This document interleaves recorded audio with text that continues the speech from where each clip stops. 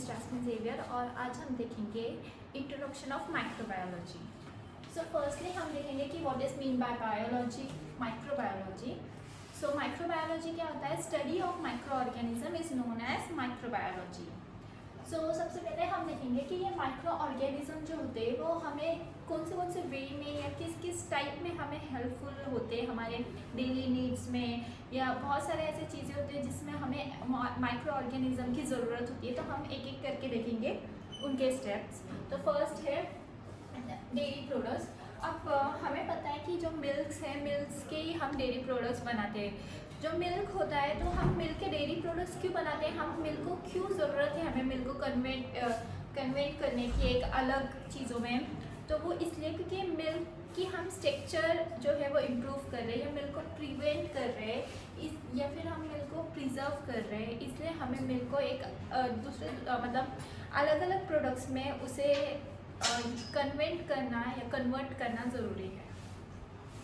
सो firstly हम देखेंगे कि इस मिल्क में जैसे कि अब हमने योगर्ट प्रिपेयर करते हैं या कर्ड बनाते हैं या बटर या फिर चीज़ हम प्रिपेयर करते हैं, ये सब में मिल्क को हम कन्वर्ट कर रहे हैं। जैसे कि मिल्क अगर हम बटर में कन्वर्ट करते हैं तो वो जो बटर का स्ट्रक्चर होता है या मिल्क का टेक्सचर होता है वो स्मूथ हो जाता है, या फिर हम उसे चीज़ में कन्वर्ट करें तो रबर लाइक स्ट्रक्चर बन जाता है। सो फिर अब हम पहले देखेंगे कि इंडस्ट्रियल प्रोडक्शन पे ये योगर्ट कैसे प्रिपेयर होता है। ओके, तो फर्स्ट स्टेप है उसकी कंडेंस मिल्क पाउडर। हमें पता है कि मिल्क में ऑलरेडी बहुत सारे प्रोटीन्स वगैरह होते हैं, पर फिर भी हम एक्स्ट्रा प्रोटीन उसमें ऐड करते हैं बाहर के। तो वो प्रोटीन हमें कहाँ से मिलते हैं? कंडेंस मिल्क पाउडर से, जो हम मिल्क के अंदर ऐड करते हैं। उसके बाद में उसे फर्दर हम फर्मेंटेट करते हैं। उसके बाद में नेक्स्ट स्टेप होता है पास्चराइजेशन। पास्चराइजेशन ही मतलब है कि मिल्क को वार्म करना एंड देन उसको कूल करना, उसे हम बोलते हैं पास्चराइजेशन। इसमें क्या होता है कि जो अनवांटेड बैक्टीरिया होते हैं मिल्क के अंदर के वो किल हो जाते हैं। नेक्स्ट स्टेप होती है कि इसमें हम 2 बैक्टीरियल स्ट्रेन ऐड करते हैं, वो है स्ट्रेप्टोकोकस थर्मोफिलस एंड लैक्टोबैसिलस जिब्रोकी। स्ट्रेप्टोकोकस थर्मोफिलस ये जो है ये लैक्टोज शुगर प्रोड्यूस करता है, और वो lactose sugar lactic acid produce करता है। ये लैक्टिक एसिड क्या यूज़ करता है? ये लैक्टिक एसिड प्रोटीन कॉन्जुगेशन में, या फिर हम बोल सकते हैं कि प्रोटीन बाइंडिंग में यूज़ होता है, या फिर मिल्क को ये सेमी सॉलिड लाइक स्ट्रक्चर देता है। नेक्स्ट है जो लैक्टोबैसिलस जिब्रोकी है, ये जो है अल्डिहाइड प्रोड्यूस करता है। ये जो अल्डिहाइड है ये किस लिए यूज होता है? ये जो योगर्ट है इसे एक फ्लेवर देने के लिए यूज होता है। जैसे कि उसमें एक ग्रीन एप्पल लाइक फ्लेवर आता है, सो वो फ्लेवर देने के लिए ये अल्डिहाइड जो है एंजाइम ये यूज होता है। नेक्स्ट है कि अब अगर हमें योगर्ट को फ्लेवर बनाना है, या फिर जैसे कि स्ट्रॉबेरी फ्लेवर, मैंगो फ्लेवर, तो हम उसमें कोई भी फ्रूट के जूस ऐड कर सकते हैं जो भी हमें फ्लेवर चाहिए। नेक्स्ट स्टेप आता है बटर। अब हमें पता है कि बटर 2 टाइप्स के होते हैं, एक होता है स्वीट क्रीम और एक होता है कल्चर। स्वीट क्रीम मतलब ही नॉन फर्मेंटेड बटर होता है जिसके अंदर कोई भी बैक्टीरिया यूज़ नहीं करते, एंड कल्चर मतलब इट इज़ अ फर्मेंटेड जिसके अंदर हम बैक्टीरिया यूज़ कर रहे हैं। ओके, नेक्स्ट है चीज़ प्रोडक्शन। अब हम देखेंगे इसमें का सबसे इम्पॉर्टेंट थिंग जो कि लार्ज स्केल में प्रोड्यूस होता है हम हर जगह, वो है चीज़ प्रोडक्शन। चीज़ प्रोडक्शन में सबसे पहले तो हमें ये पता है कि जो चीज़ प्रोडक्शन है ये हमेशा काऊ मिल्क का बनता है। नेक्स्ट है उसमें 2 मेन स्टेप होते हैं, chemical test and biological test. Chemical test ये होता है कि हम केमिकल टेस्ट में ये देखते हैं कि मिल्क के अंदर कितनी क्वांटिटी का प्रोटीन है, कार्बोहाइड्रेट है, फैट्स है, या फिर हम ये देखते हैं कि उसमें कौन से अनवांटेड बैक्टीरिया या वायरस तो नहीं है जो हमें डिजीज़ कॉज कर सकते हैं।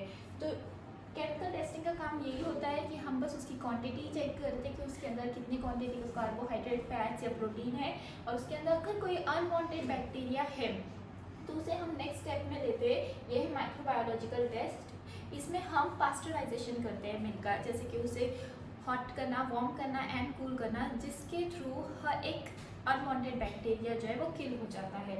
उसके अंदर हम 3 माइक्रोब्स डालते हैं फेदर फर्मेंटेट करने के लिए, और वो 3 माइक्रोब्स है लैक्टोबैसिलस लैक्टिस, लैक्टोबैसिलस सेक्रोमोसिस एंड स्ट्रेप्टोकोकस थर्मोफिलिस। ये जो 3 माइक्रोब्स है ये हमें बीड्स फॉर्म में मिलते हैं। ये बीड्स फॉर्म में हम उसमें डालते हैं फर्मेंटेशन के लिए। पर अभी सबसे पहले हमें पता है कि ट्रेडिशनल में जब ट्रेडिशनल टाइम था उसमें भी हम चीज़ प्रिपेयर करते थे, तो उसमें हम ये एक रिनेट एंजाइम डालते थे। रिनेट एंजाइम जो है ये एक्सट्रैक्ट होता है एलिमेंट्री कैनल ऑफ कैटल से, इसलिए बहुत सारे लोग जो है वो चीज़ कंज्यूम करना नहीं चाहते थे, क्योंकि वो उनको लगता था कि ये नॉन वेज प्रोडक्ट है, क्योंकि हम ये इसे काव के मतलब काव से लेते हैं, कैटल से लेते हैं, कैटल के एलिमेंट्री कैनल से लेते हैं, इसलिए वो लोग लेते नहीं थे चीज़। पर अब उसका अल्टरनेटिव सोर्स जो है वो प्रोटीएस है। ये जो प्रोटीएस एंजाइम है ये हमें फंगस से मिलता है, फंगी से मिलता है, इसलिए। पर आर्टिफिशियल भी हम अभी भी रिनेट एंजाइम प्रिपेयर कर सकते हैं, पर अब हम ज़्यादातर क्या यूज़ करते हैं, प्रोटीएस एंजाइम जो हमें फंगस से मिलता है, फंगी से। उसके बाद में क्या होता है, नेक्स्ट स्टेप है कर्डलिंग। कर्डलिंग मतलब ही प्रोटीन जो कॉन्गुलेट होता है मिल्क के अंदर, उसे ही बोलते हैं हम कर्डलिंग। और उसके बाद में क्या होता है, वे इज़ रिमूव। जो भी अनवांटेड चीज़ें हैं, जब हम कर्डलिंग के बाद में जो भी उसके अंदर अनवांटेड चीज़ें होती है वो अलग हो जाती है, और एक जो सॉलिड मटेरियल होता है वो अलग हो जाता है, और वो सॉलिड मटेरियल का वो एक डो प्रिपेयर करते हैं। वही डो को बाद में वो कट करते हैं इनटू पीसेस, और फिर उसके बाद में उसे वॉश करते। वॉश करने के बाद एक इम्पॉर्टेंट स्टेप होती है कि उसमें डिफरेंट माइक्रोब्स से उसे रब करते हैं। वो जो चीज़ ब्लॉक होता है उसे वो डिफरेंट माइक्रोब से रब करते हैं, जिसके कारण उन्हें फ्लेवर मिलता है। और सबसे लास्ट स्टेप होती है स्टोरिंग। स्टोरिंग किस लिए करते हैं हम उसे, ताकि उसे रैपनिंग हो, उसकी रैपनिंग हो, तो इसलिए हम उसे फिर स्टोर करने के लिए रख देते हैं। जितना ज़्यादा हम उसे स्टोरिंग के लिए रखते हैं, जितना पुराना चीज़ होता है उतना ही वो टेस्टी होता है। So next point is probiotics. अब हम देखेंगे कि प्रोबायोटिक्स क्या होता है। प्रोबायोटिक्स ये एक फर्मेंटेड प्रोडक्ट होता है जिसके जो कंटेन करता है एक्टिव बैक्टीरिया को। Active bacteria means living bacteria. Next है कि इसके अंदर 3 माइक्रोब्स इंपॉर्टेंट माइक्रोब्स होते हैं, वो है या फिर हम उसका यूज़ कर सकते हैं, वो है lactobacillus acidophilus, lactobacillus casei and bifidobacteria bifidum. ये थोड़े से हार्ड नेम्स है पर आपको याद रखने पड़ेंगे। एंड नेक्स्ट है कि ये जो प्रोबायोटिक है ये हमें हमारे इंटेस्टाइन में गुड बैक्टीरिया प्रोड्यूस करने में हेल्प करता है। हमें पता है कि हमारे इंटेस्टाइन में 2 टाइप्स ऑफ बैक्टीरिया होते हैं, एक good bacteria and bad bacteria. Good bacteria produce करने में और बैड बैक्टीरिया को कंट्रोल करने में हमें प्रोबायोटिक यूज़ होता है। हम प्रोबायोटिक एज अ कर्ड या फिर योगर्ट हम ले सकते हैं। नेक्स्ट है कि ये हमें डाइजेशन में भी हेल्पफुल होता है। अगर हमने एंटीबायोटिक्स लिया, एंटीबायोटिक्स जो होते हैं अगर हम प्रिफर करते हैं एंटीबायोटिक्स मेडिकल से या फिर डॉक्टर के पास से अगर हम लेते हैं, तो उससे क्या होता है कि एंटीबायोटिक्स हमारे बैड बैक्टीरिया के साथ साथ गुड बैक्टीरिया भी किल कर देता है। इसलिए एंटीबायोटिक्स ये हमारे लिए थोड़ा हार्मफुल हो सकता है उसका एक्स्ट्रा डोज, इसलिए हम कर्ड या फिर योगर्ट प्रिफर करते हैं। नेक्स्ट है ये कुछ एंटीबायोटिक्स के नेम्स है। ये है सोकर क्राउट जो हमें कैमेज फर्मेंटेड प्रोडक्ट से मिलता है। नेक्स्ट है मेजोसूप जो हमें सोयाबीन फर्मेंटेड प्रोडक्ट से मिलता है। एंड पिकल्स ये हमें कुकुम्बर फर्मेंटेड प्रोडक्ट से मिलता है। हमें कुछ ब्लू ग्रीन अलगी पाउडर से भी हम प्रोबायोटिक यूज़ कर सकते हैं या फिर हमें उसमें से भी हमें प्रोबायोटिक्स मिलता है। नेक्स्ट है ब्रेड। अब ब्रेड तो हमें पता है कि बहुत डिफरेंट टाइप के ब्रेड्स होते हैं, जो सीरियल से कुछ सीरियल से ब्रेड बनते हैं या फिर कुछ जो है वो फ्लावर से ब्रेड बनते हैं। पर अब इनका जो इम्पोर्टेंट इंग्रेडिएंट्स होते हैं ब्रेड के अंदर वो होते हैं ये फ्लोर, वाटर एंड सॉल्ट, और उनके जो भी नेसेसरी जो भी उनके अंदर के जो स्पाइसेस वगैरह है वो। उसके बाद में ईस्ट जो होता है जो ब्रेड में यूज़ करते हैं हम, वो है यूनिसेलुलर फंगस होता है जो हमें बर्डिंग से मिलता है। इट प्रोड्यूस बाय बर्डिंग। नेक्स्ट है, इसका साइंटिफिक नेम है सैक्चारोमाइसिस सेरेवेसी। इसमें जो सैक्चारोमाइसिस है उसका यस हम हमेशा कैपिटल लिखेंगे। इसमें जो सेरेवेसी का सी जो है वो हमेशा स्मॉल आना चाहिए और दोनों को हमें अंडरलाइन करना चाहिए, ये इंपॉर्टेंट थिंग है इसकी। नेक्स्ट है कि उसको जब हम उसे फर्मेंटेशन करेंगे कार्बोहाइड्रेट को बाय ईस्ट से, तो हमें क्या मिलेगा, शुगर को फर्मेंटेट करने के बाद हमें गैस प्लस इथेनॉल मिल रहा है, CO2 प्लस इथेनॉल। अब हमें पता है इथेनॉल इट इज अल्कोहल। पर ये जो CO2 है, ये CO2 क्या हेल्प करता है, जो ब्रेड का डो है उसे वो राइज अप करता है, एंड उसके अंदर छोटे छोटे पोर्स फॉर्म होते हैं, एंड ये जो इथेनॉल होता है ये इवेपोरेट हो जाता है। नेक्स्ट है कि जो बेकरी होती है, तो वो बेकरी लेवल पे अगर हम ब्रेड फॉर्मेशन या ब्रेड प्रिपेयर कर रहे हैं तो हम कॉम्प्रेस्ड ईस्ट यूज करते हैं, ये ब्लॉक ऑफ ईस्ट हम इसे बोल सकते हैं। और अगर हम इसे डोमेस्टिक लेवल पे बना रहे हैं, प्रोड्यूस कर रहे हैं, तो हम ग्रेनुलर ईस्ट यूज़ कर सकते हैं जो कि ईस्ट का पाउडर होता है। नेक्स्ट है कि अब हमें पता है कि बहुत सारे पॉपुलर चाइनीज़ फूड होते हैं जैसे कि सोया सॉस, विनेगर, इसके अंदर एक इंग्रेडिएंट ऐड करते हैं ये लोग, उसे बोलते हैं अजीनोमोटो। अजीनोमोटो का ही साइंटिफिक नेम है मोनोसोडियम ग्लूटामेट। अब ये जो मोनोसोडियम ग्लूटामेट होता है ये हमारे नर्वस सिस्टम के लिए हार्मफुल होता है, इसलिए हमें जितना चाहिए उतना चाइनीज़ फूड जो है वो अवॉइड करना चाहिए।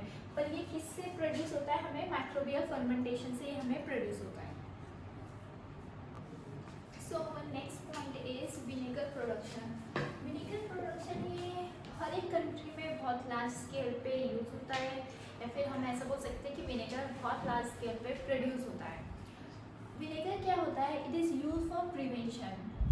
किस चीज़ का प्रिवेंशन करने के लिए हम इसे यूज़ कर सकते हैं, पीकर हो गया, सॉसेस हो गए, या फिर डिफरेंट टाइप के फूड्स जो भी है उसे हम विनेगर से हम उसे प्रिजर्व कर सकते हैं। नेक्स्ट है कि ये जो विनेगर होता है वो क्या होता है, ये 4% एसिटिक एसिड होता है। 4% ऑफ एसिटिक एसिड मतलब अब सपोज 100 ml वाटर है तो उसमें से हमने 4 ml वाटर निकाल लिया और उसमें 4 ml एसिटिक एसिड ऐड कर दिया, मीन्स 96 ml वाटर के अंदर हमने 4 ml एसिटिक एसिड ऐड किया, उसे हम क्या बोलेंगे, 4% एसिटिक एसिड। नेक्स्ट है कि हम as a source sugar source बोल के हम फ्रूट जूस यूज़ कर सकते हैं, या फिर हम मैपल सिरप यूज़ कर सकते हैं। मैपल सिरप मीन्स ये हनी लाइक स्ट्रक्चर होता है, इसका कुछ हनी टाइप का होता है। नेक्स्ट है स्टार्च ऑफ द रूट हम यूज़ कर सकते हैं, स्वीट पोटैटो को ड्राई करना एंड देन उसका पाउडर फॉर्म करना, हम वो भी यूज़ कर सकते हैं as a source. And next है शुगर मोलासिस भी हम यूज़ कर सकते हैं। शुगर मोलासिस मतलब जो हमारा डेली जो टेबल शुगर होता है वो शुगर कैन से प्रोड्यूस होता है, तो हम वो शुगर कैन से जब वो प्रोड्यूस होता है तो उसका एक बाय प्रोडक्ट निकलता है, वो बाय प्रोडक्ट या फिर हम वो वेस्ट प्रोडक्ट बोल सकते हैं, उसे ही हम शुगर मोलासिस बोल सकते हैं। ये भी हम एज अ सोर्स यूज़ कर सकते हैं, शुगर सोर्स। नेक्स्ट है कि उसकी फर्मेंटेशन अब हम देखेंगे कि कैसी होती है। अब सैक्चारोमाइसिस सेरेवेसी प्लस CO2 प्लस इथेनॉल। अब हमें पता है कि CO2 एंड इथेनॉल, बाद में तो इथेनॉल इवेपोरेटिंग होने वाला है, या फिर देखते हैं आगे क्या होता है। बट जो ये सैक्चारोमाइसिस सेरेवेसी है, CO2 प्लस इथेनॉल को हम क्या करेंगे, माइक्रोबियल डिग्रेडेशन करेंगे। माइक्रोबियल डिग्रेडेशन करने के बाद में हमें एसिडोबैक्टर ग्लूटानोबैक्टर फॉर्म होगा। नेक्स्ट हम उसका रियर फ्रैक्शन करेंगे। रियर फ्रैक्शन के बाद हमें ये 2 प्रोडक्ट मिलेंगे, एक है acetic acid plus by product. Next हम क्या करेंगे, अब हमें पता है कि जो एसिटिक एसिड हमें मिलने वाला है ये हमें कलर्ड फॉर्म में है, पर हमें इसे कलरलेस करना है, इसलिए हम क्या उसमें डालेंगे पोटेशियम फेरोक्साइड साइनेट डालेंगे जो कि ब्लीचिंग का काम करेगा। ब्लीचिंग होने के बाद में एसिटिक एसिड जो है ये कलरलेस हमें मिलेगा। नेक्स्ट है कि उसका पास्चराइजेशन करेंगे। पास्चराइजेशन मीन से उसे हॉट करना एंड देन कोल्ड करना, जिसके कारण उसके अंदर के अनवांटेड बैक्टीरिया जो है वो किल हो जाएंगे। लास्ट स्टेप है कि उसके अंदर SO2 सल्फर डाइऑक्साइड ऐड करना, जिसके कारण उसे प्रिजर्व करना, मतलब प्रिजर्वेशन के लिए हम सल्फर डाइऑक्साइड उसमें ऐड करेंगे। our next point is soya sauce. अब हमें सोया सॉस जो है ये एस्परजीनस ओरिज़ा, ये जो माइक्रो ऑर्गेनिज्म है इसे फर्मेंटेट करने के बाद हमें सोया सॉस मिलता है। ठीक है, इसे हम वीट फ्लावर या फिर राइस फ्लावर या सोयाबीन किसी से भी प्रिपेयर कर सकते हैं, बट हमें माइक्रो ऑर्गेनिज्म कौन सा यूज़ करना है, एस्परजीनस ओरिज़ा। नेक्स्ट होता है प्रोडक्शन ऑफ बीवरेज। बीवरेज क्या होता है, बीवरेज बीवरेज में ड्रिंक्स, जो हम डेली रूटीन में जो ड्रिंक्स यूज़ करते हैं उसे हम बीवरेज बोलते हैं। अब इधर हमें कुछ फ्रूट्स हैं और जिसके अंदर जो माइक्रोब्स हमने यूज़ किए वो है, और उसके माइक्रोब्स के रोल्स क्या थे उसके अंदर वो हम देखेंगे, एंड फिर उससे हमें कौन सा ड्रिंक प्रोड्यूस होता है वो हम देखेंगे। जैसे कि फर्स्ट है कैफी अराबिका। कैफी अराबिका ये एक फ्रूट है जिस एक चॉकलेट कोको टाइप या चॉकलेट टाइप फ्रूट होता है ये, जिसके अंदर हम माइक्रोब कौन सा यूज़ कर रहे हैं, लैक्टोबैसिलस बीवरेज। जो इसका रोल क्या है कि ये सेपरेट करता है सीड को फ्रॉम फ्रूट से, मतलब separation of seed from fruit, ये माइक्रोब्स का काम है, जिससे हमें क्या देता है, ये कॉफ़ी। कौन सा ड्रिंक बन रहा है इसमें, कॉफ़ी। नेक्स्ट है थियोब्रोमा कोको। थियोब्रोमा कोको ये फ्रूट के अंदर हम ये 4 टाइप के माइक्रोब्स यूज़ कर सकते हैं। एक है कैनिडीड, हेंसुलिना एंड ये क्या है, पीचिया एंड साइक्रोमीसिस। ये 4 टाइप के हम माइक्रोब्स यूज़ कर सकते हैं। इसका भी काम है separation of seed from fruit and it's give us cocoa. Next है ग्रेप्स। अब हमें पता है कि ग्रेप्स को हम फर्मेंटेट करते हैं तो हमें अल्कोहल प्रिपेयर होता है। इसके अंदर हम साइक्रोमीसिस सेरेविसी यूज़ कर रहे हैं, जो कि हमें फर्मेंटेशन ऑफ फ्रूट जूस करता है, मीन्स ही अल्कोहल प्रिपेयर करना, और जो हमें वाइन प्रोडक्शन देता है। नेक्स्ट है एप्पल। एप्पल में भी हम साइक्रोमीसिस सेरेविसी यूज़ कर रहे हैं, जो कि हमें फर्मेंटेशन ऑफ जूस दे रहा है, जैसे कि अल्कोहल प्रिपेयर करना, जो हमें सीडर प्रोड्यूस करता है। सीडर भी एक टाइप का अल्कोहल होता है। नेक्स्ट है केमिकल कैटलिस्ट। अब हम पहले देखेंगे कि what is mean by chemical catalyst. Industry में जो अलग अलग टाइप के रिएक्शंस होते हैं उसे स्पीड अप करने का काम जो है वो केमिकल कैटलिस्ट करता है। नेक्स्ट है बायो कैटलिस्ट। बायो कैटलिस्ट मतलब हमारे अंदर जो भी बायोलॉजिकल प्रोसेसेस होती है, जैसे कि ग्लाइकोलिसिस साइकिल, क्रेब साइकिल, इनको हेल्प करने का काम जो है वो बायो कैटलिस्ट करते हैं। नेक्स्ट है माइक्रोबियल एंजाइम। माइक्रोबियल एंजाइम क्या होता है, जो माइक्रो ऑर्गेनिज्म से प्रोड्यूस होता है कैटलिस्ट, उसे हम माइक्रोबियल एंजाइम बोलते हैं। तो अभी हम पहले देखेंगे, मतलब हम देखेंगे कि माइक्रोबियल एंजाइम के एडवांटेजेस क्या क्या है, क्योंकि हमें पता है कि माइक्रो ऑर्गेनिज्म से प्रोड्यूस होने वाला कैटलिस्ट है, तो हम इसके एडवांटेज देखेंगे। फर्स्ट एडवांटेज होता है कि ये low temperature, pH and pressure पे भी एक्टिवेट रहते हैं। नेक्स्ट है कि नो इरोजन, इसमें कोई इरोजन नहीं होता है।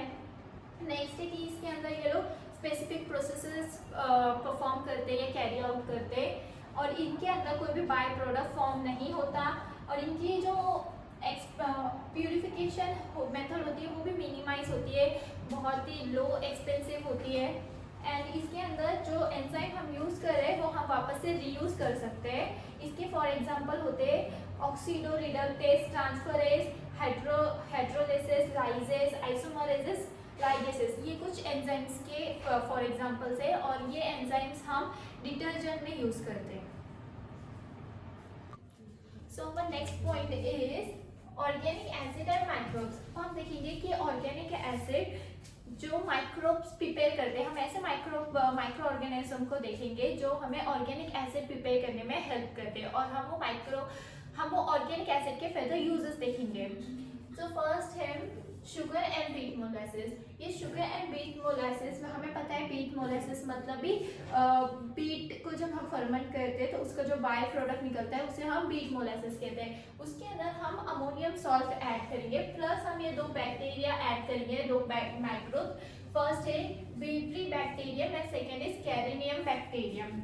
ये हमें क्या देगा, L glutamic acid. L glutamic acid हम अजीनोमोटो में यूज करते हैं, अजीनोमोटो मोनोसोडियम ग्लूटामेट। हाँ, इसका नेम क्या है, मोनोसोडियम ग्लूटामेट, जो हम चाइनीज फूड में यूज करते हैं। नेक्स्ट है शुगर मोलासिस। शुगर जब हम शुगर को फर्मेंट करते हैं तो उसका जो बाय प्रोडक्ट निकलता है उसे हम शुगर मोलासेस बोलते हैं। प्लस सॉल्ट हम ऐड करेंगे उसमें। एंड कौन सा हम माइक्रोब्स यूज करने वाले हैं, एस्परजीनस नाइगर, और वो हमें क्या देगा, सिट्रिक एसिड। ये सिट्रिक एसिड हम ड्रिंक्स या फिर हम कैंडीज वगैरह में यूज करते हैं एक फ्लेवर के लिए। नेक्स्ट है हम क्या लेंगे, ग्लूकोज। ग्लूकोज में हमें कॉन्स्टेंट लिक्विड ऐड करना है। एक कॉन्स्टेंट लिक्विड कॉर्न का बाय प्रोडक्ट होता है जो हम एज ए कल्चर मीडिया भी यूज कर सकते हैं। उसमें हम एस्परजिनस नाइगर ये वाला माइक्रोब्स ऐड करेंगे और जो हमें देगा ग्लूकोनिक एसिड। ग्लूकोनिक एसिड ये हम एज अ सप्लीमेंट यूज कर सकते हैं, supplement for calcium ion. Next है हम लेंगे मोलासेस। अब हम ये शुगर मोलासेस लेंगे प्लस उसमें फिर से कॉन्स्टेंट लिक्विड ऐड करेंगे बाय प्रोडक्ट ऑफ कॉर्न, और उसके अंदर हम लैक्टोबैसिलस डेब्रुकिस ये वाला माइक्रोब ऐड करेंगे जो हमें देगा लैक्टिक एसिड। ये लैक्टिक एसिड हम as a source of nitrogen हम यूज कर सकते हैं और प्रोडक्शन इन विटामिन हम यूज कर सकते हैं। नेक्स्ट है मोलासेस, फिर से कॉन्स्टेंट लिक्विड हम लेंगे एंड उसके अंदर हम एस्परजीनस इटैकोनियस ऐड करेंगे, ये वाला माइक्रोब। इससे ये हमें क्या देगा, इटैकोनिक एसिड। इटैकोनिक एसिड ये एक रॉ मटेरियल है जो पेपर प्रोडक्शन में हम इसे यूज कर सकते हैं, और टेक्सटाइल इंडस्ट्री में भी हम सिंथेटिक क्लॉथ या फिर पेपर्स वगैरह सिंथेटिक करने या प्लास्टिक सिंथेसिस करने के लिए भी हम इसे यूज कर सकते हैं। So the next point is xanthan gum। xanthan gum ये हम फूड में यूज करते हैं, उन्हें एक थिकनेस देने के लिए, एक थिकनेस स्ट्रक्चर देने के लिए हम xanthan gum यूज करते हैं। जैसे कि आइसक्रीम हो गया या फिर मिल्कशेक हो गया या फिर कोई सूप वगैरह हो गया, जिससे जो भी टेक्सचर आता है उसके अंदर थिकनेस का वो xanthan gum से आता है। तो हम देखिए कि xanthan gum प्रोडक्शन कैसे होता है। तो फर्स्टली हम स्टार्च मोलासेस को लेंगे, जो स्टार्च का बाय प्रोडक्ट होता है, हम उसे लेते हैं और उसे हम फर्मेंटेशन करते हैं। किसमें हम उसे फर्मेंटेशन करते हैं, एक टैंक में। एक टैंक में हम उसका फर्मेंटेशन करते हैं एंड उसके लिए हम कौन सा स्पेसिस यूज कर रहे हैं, ज़ैंथोमोनास स्पेसिस। ये ज़ैंथोमोनास स्पेसिस होते हैं जो हम xanthan gum प्रोडक्शन के लिए यूज करते हैं, और फिर हमें क्या मिलेगा प्रोडक्ट, xanthan gum। अब xanthan gum है ये हॉट एंड कोल्ड दोनों भी वाटर में हम इसे डिजोल्व कर सकते हैं, इसका कोई प्रॉब्लम नहीं है। अब हम उसके यूजेस देखेंगे xanthan gum के। उसका फर्स्ट यूज है पिगमेंट, जो पेंट्स वगैरह होते हैं, जो हम घर में पेंट्स वगैरह करते हैं उसकी थिकनेस के लिए वो यूज होता है। नेक्स्ट है विडीसीडियंस। विडीसीडियंस क्या होता है, विडीसीडियंस जो होता है, ये जो वीड्स होते हैं, ये वीड्स मतलब जो क्रॉप्स होते हैं, क्रॉप्स के आजू बाजू जो अनवांटेड प्लांट्स वगैरह होते हैं, हम उसे किल करने के लिए हम ये विडीसीडियंस यूज करते हैं। ये एज अ पेस्टिसाइडर हम इसे यूज कर सकते हैं। नेक्स्ट होता है फर्टिलाइजर। फर्टिलाइजर की भी हम थिकनेस में उसे यूज कर सकते हैं। नेक्स्ट है टूथपेस्ट। टूथपेस्ट में भी जो थिकनेस होता है हम उसमें यूज कर सकते हैं xanthan gum को। एंड हाई क्वालिटी पेपर, अगर हमें हाई क्वालिटी पेपर चाहिए या फिर पेपर ज़्यादा थिक चाहिए तो हम उसके लिए भी उसे यूज़ कर सकते हैं। एंड लास्ट है उसका यूजेस टेक्सटाइल पिगमेंट। हम क्लोथ्स वगैरह को जो कलर करते हैं वो भी हम xanthan gum के यूज से कर सकते हैं। नेक्स्ट टॉपिक है हमारा substance obtain by microbials and their roles. हमें अब देखना है कि कौन से सब्सटेंस जो है वो माइक्रोबियल से ऑब्टेन होते हैं और उनके रोल्स क्या क्या है। तो फर्स्ट क्या है, citric acid, malic acid and lactic acid. ये citric acid, malic acid and lactic acid का काम क्या होता है, ये टू इम्पार्ट एसिडिटी, मतलब एसिडिटी को फूड में इंक्रीज करने का काम ये citric acid, malic and lactic acid करते हैं। नेक्स्ट है glutamic acid, lysine and tryptophan. इनका काम क्या होता है, प्रोटीन बाइंडिंग का। नेक्स्ट है लाइसिन एंड नेटामाइसिन। इनका काम है माइक्रोबियल रजिस्टर का, मतलब ये माइक्रोबियल ग्रोथ को स्टॉप करते हैं या फिर डिक्रीज करते हैं। नेक्स्ट है एसॉर्बिक एसिड। एसॉर्बिक एसिड का काम होता है एंटीऑक्सीडेंट, मतलब कि ये जो भी चीज इनके अंदर एंटीऑक्सीडेंट प्रेजेंट क्वालिटी होती है एंटीऑक्सीडेंट की, कि ये फूड वगैरह को खराब होने से प्रिवेंट करते हैं। नेक्स्ट है बीटा कैरोटीन, लैपोविनेज एंड ज़ैंथिनिन।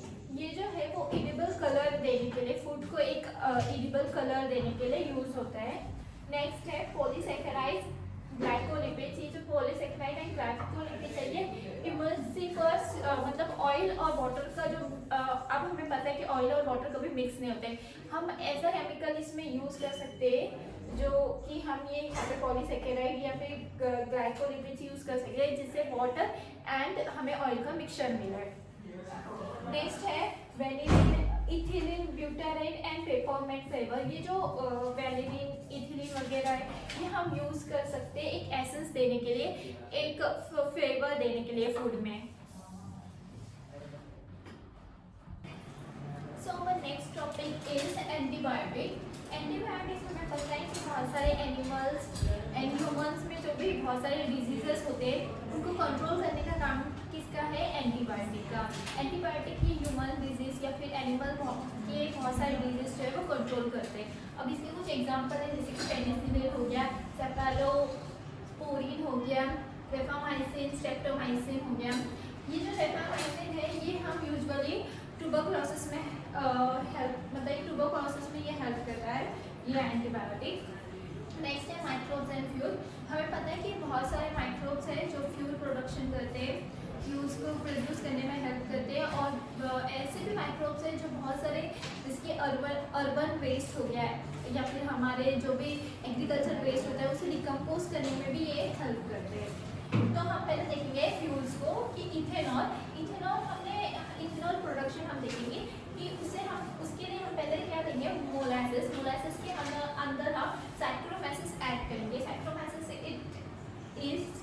ईस्ट को ही हम सैक्रोमेसिस बोलते हैं, जो सैक्रोमेसिस माइक्रोब्स है ये हम ऐड करेंगे, उससे हमें क्या मिलेगा? Ethanol fuel, ethanol production. Next है हाइड्रोजन गैसेस। इसमें हाइड्रोजन गैसेस में बायोफोटोलाइसिस ऑफ वाटर होता है। बायोफोटोलाइसिस ऑफ वाटर क्या होता है कि in the presence of sunlight जो सर्टेन टाइप के बैक्टीरिया होते हैं वो वाटर को ब्रेक डाउन करते हैं, उसे हम क्या बोलते हैं? बायोफोटोलाइसिस of water.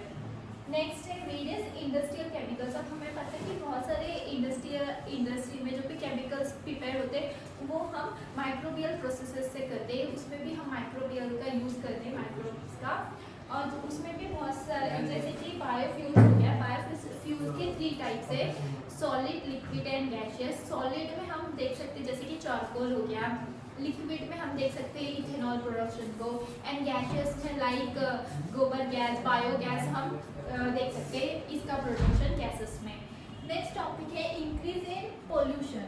Increase in pollution में अब हमें पता है कि डे टू डे लाइफ में हमारे एनवायरनमेंट में पोल्यूशन जो है वो इंक्रीज हो रहा है, जैसे कि वाटर पोल्यूशन हो गया, एयर पोल्यूशन हो गया, सॉइल पोल्यूशन हो गया।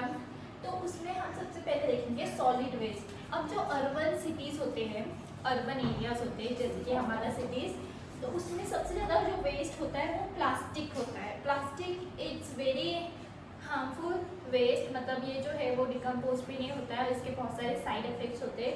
तो हम इसके लिए विब्रियो एंड इडोनोरेला सैक्राइसिस ये वाला जो माइक्रो ऑर्गेनिज्म है हम ये यूज़ करते हैं प्लास्टिक डिकम्पोज करने के लिए। नेक्स्ट है सीवेज। अब हमें पता है कि जो सीवेज है हमारा, हम वो ज़्यादातर हम उसे वाटर बॉडीज़ में रिलीज कर देते हैं, पर ये जो सीवेज होता है इसमें बहुत सारे हार्मफुल पैथोजन होते हैं जो कोरेला या टाइफाइड वगैरह ऐसे जो डिजीज़ है ये प्रोड्यूस करने में हेल्प करते हैं। इसलिए जो हम सीवेज है, सीवेज को जो है हमें सबसे पहले तो उसमें से हमें क्या काम है कि जितने भी हार्मफुल पैथोजन है उसे किल करने का। तो उसके लिए हम यूज़ करते हैं फेनॉल ऑक्सीडाइजिंग बैक्टीरिया। ये जो फेनॉल ऑक्सीडाइजिंग बैक्टीरिया है ये सीवेज में के जितने भी हार्मफुल पैथोजन है उसे किल कर देता है, जिससे कि सीवेज को हम कहीं पे भी रिलीज करें उसका कोई हार्मफुल इफेक्ट नहीं होगा। नेक्स्ट है water body, ground water. Ground water जो होता है इसके अंदर हम जो भी वेस्ट हमारा लिविंग वेस्ट होता है, वेजिटेबल वेस्ट होते हैं या फिर एग्रीकल्चर वेस्ट वगैरह वो हम इसमें ग्राउंड वाटर में डाल देते हैं, पर इसे डिकम्पोज करने के लिए हम इसके ऊपर एक सॉइल की स्लरी बना देते हैं, जिसके कारण उसके अंदर के जो वेस्ट प्रोडक्ट्स है वो ऑटोमेटिकली डिकम्पोज होने लगते हैं। नेक्स्ट है मेटल। अब ये जो है ये मैन मेड क्या बोल सकते हैं हम इसे, मैन मेड वेस्ट होता है। Metals like copper, zinc, irons, uranium ये सब जो है ये बहुत हार्मफुल होते हैं हमारे लिए, इसलिए इसको सेपरेट आउट करना इट्स वेरी इम्पोर्टेंट। तो हम क्या करते हैं, इसके जो भी वेस्ट वाटर निकलते हैं जैसे सीवेज वगैरह या फिर कोई और, उसमें हम थियोबैसिलिन एंड सल्फोबैसिलिन, ये 2 टाइप के बैक्टीरिया हम उसमें डालते हैं, ताकि उसमें जो डालने के बाद उसके अंदर का जो भी वेस्ट प्रोडक्ट है वो इनसॉल्युबल हो जाता है। इनसॉल्युबल होने के कारण हम ये जो कॉपर, जिंक, आयरन वगैरह इसे फिल्टर आउट कर सकते हैं इजीली, बाद में उसे हम रिलीज कर सकते हैं एनवायरनमेंट में। नेक्स्ट होता है स्पिलिंग ऑफ पेट्रोलियम सॉइल। जो ये स्पिलिंग ऑफ पेट्रोलियम सॉइल होता है, अब हमें पता है कि हम पेट्रोलियम ऑयल्स वगैरह जो कभी कभी हम बाहर से ट्रांसपोर्ट करते हैं, तो फिर बाहर से जब हम उसे मंगाते हैं तो अगर सपोज एक्सीडेंटली ये जो ऑयल है ये वाटर ओशन में या फिर सी में रिलीज हो गया, तो हमें पता है कि सॉइल और वाटर तो मिक्स होता नहीं है, तो उसके कारण क्या होता है, बहुत सारे स्पेसिस जो है उनको ऑक्सीजन नहीं मिलता, उनकी डेथ हो जाती है। बहुत सारे बर्ड्स है उन्हें उनकी डेथ हो जाती है इसके कारण। इसलिए हम ये 2 टाइप के माइक्रो ऑर्गेनिज्म यूज करते हैं, एक है सूडोमोनास स्पेसिस प्लूरालिस एंड एक होता है अल्केनिवोरेक्स बार्क्यूमिसेस। ये 2 टाइप्स के माइक्रो ऑर्गेनिज्म हम इसमें यूज करते हैं, ताकि ये जो है ये ऑयल की जो ये होती है उस पर स्लरी, उसे वो ब्रेक डाउन कर सके वाटर के ऊपर की।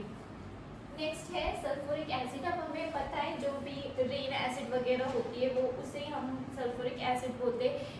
इसके कारण क्या होता है, बहुत सारे जो बिल्डिंग्स वगैरह होते हैं उसका इरोजन होने लगता है, तो वो इरोजन को प्रिवेंट करने के लिए हम ये 2 माइक्रो ऑर्गेनिज्म यूज करते हैं, वो है एसिडिफिलियम एंड नेक्स्ट होता है एसिडोबैसिलस फेरोक्सिन। ये 2 टाइप के माइक्रो ऑर्गेनिज्म हम ये सल्फ्यूरिक एसिड के टाइम हम यूज करते हैं, ताकि वो इरोजन ना हो सके बिल्डिंग्स का। नेक्स्ट है माइक्रोब्स एंड फार्मिंग। हमें पता है कि माइक्रोब्स जो है वो फार्मिंग में भी बहुत सारे फार्मिंग्स में हमें हेल्पफुल होते हैं, तो उसके बहुत सारे ऐसे जो बैक्टीरिया या माइक्रो ऑर्गेनिज्म होते हैं जो फर्टिलाइजर में हेल्प करते हैं या फिर जो प्लांट को न्यूट्रिशन देने में हेल्प करते हैं, तो वो है ये एज़ोटोबैक्टर एंड आर्टिफिशियल नाइट्रोजिनस। हम ये 2 टाइप के बैक्टीरिया हम एज अ फर्टिलाइजर और as a supplement of nutrients farming में यूज कर सकते हैं। नेक्स्ट है बायो इंसेक्टिसाइड। बायो इंसेक्टिसाइड जो होता है, जो भी माइक्रो ऑर्गेनिज्म इंसेक्टिसाइड प्रोड्यूस करता है उसे हम बोलते हैं बायो इंसेक्टिसाइड। इसके कारण क्या होता है, जो भी प्लांट्स के ऊपर के हार्मफुल ऑर्गेनिज्म होते हैं उन्हें हम किल कर सकते हैं, किलिंग करने में हेल्प करता है। उसमें ये जो है बायो इंसेक्टिसाइड या फिर जो भी ये बैक्टीरिया है जो यूज़ करते हम हार्मफुल बैक्टीरिया या फिर प्लांट्स के अंदर के जो भी हार्मफुल मटेरियल को किल करने के लिए, वो जो है वो टॉक्सिन प्रोड्यूस करता है।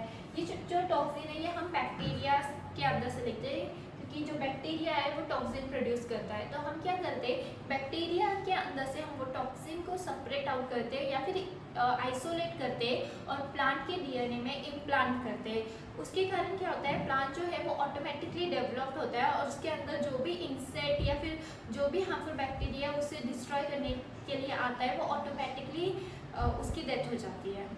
सो उसे हम क्या बोलते हैं, बायोटेक्नोलॉजी, ये प्रोसेस को।